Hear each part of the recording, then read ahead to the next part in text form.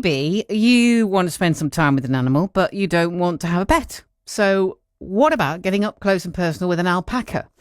How about a sheep the size of a small dog or a miniature cow?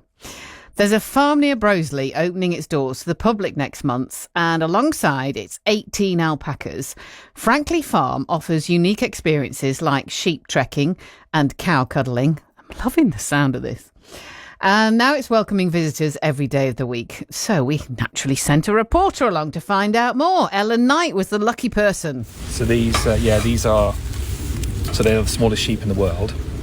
And they're a French breed called Wesson. My name is John Franklin Hackett. I'm the co-owner of Frankley Farm Tours in Broseley. So we've got 3 paddocks of them here. So this is all the Hanky Vimto. Vimto? Yeah, that's Spitty Vimto. That's the leader. She always makes that noise if she sees something she doesn't like, usually me. Journalist. Yeah, journalist.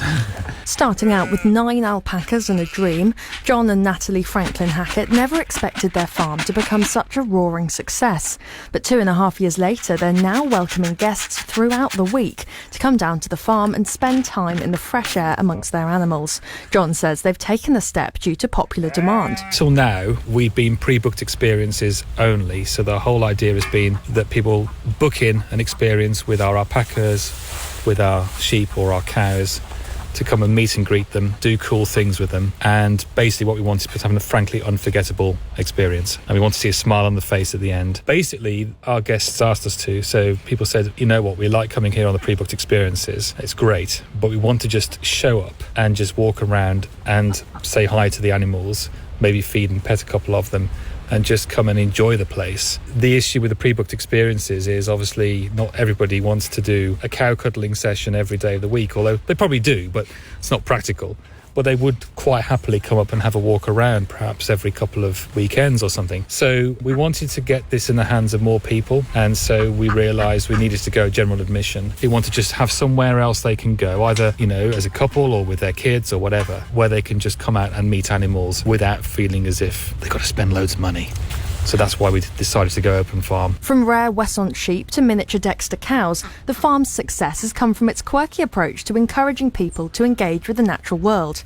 They offer unusual activities like cow cuddling and sheep trekking, and it can even be arranged for their resident alpacas to make an appearance at weddings. They also take the alpacas into schools and care homes. John says spending time with animals is hugely relaxing and can benefit people's mental health. The key thing is getting the experience of being up close and personal with the animals without something in the way, without them being miles away from you in a pen or on the end of a lead in the case of the alpacas. Just being able to get up and actually see them up close and interact with them. I think what it gives people is a sense of kind of relaxation, a sense of well-being. It gets them away from the screen, it gets them away from the problems that are in the world and all the stuff that people have got going on in their lives, and it just allows them to come out here and just get back in touch with nature. What's the response like from people who come and visit, and when you take the animals into schools and in nursing homes? I mean, how do people respond to that? Absolutely love them. they go mad for them. We've had people here, you get some people, they come with a group and they're only coming because they're with the group. They'll tell you as they get to the gate, I don't do animals, mate. It's all right, don't do animals, I'm not interested in this.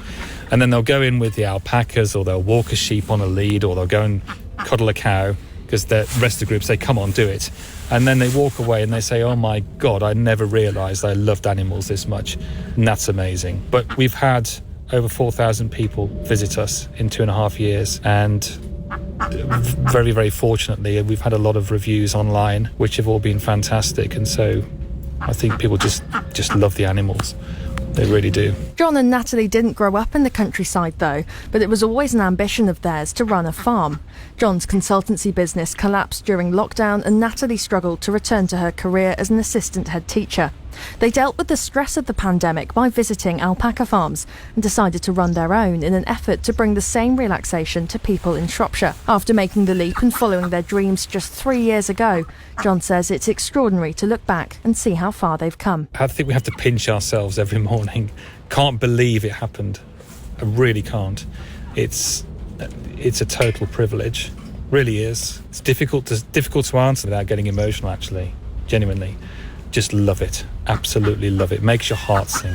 Oh, God. How lovely is that? John Franklin Hackett from Frankley Farm. They're near Broseley. Opening its doors to the public from the 7th of October. And he's been speaking to our reporter, Ellen Knight. Loving the nice noises of the ducks in the background.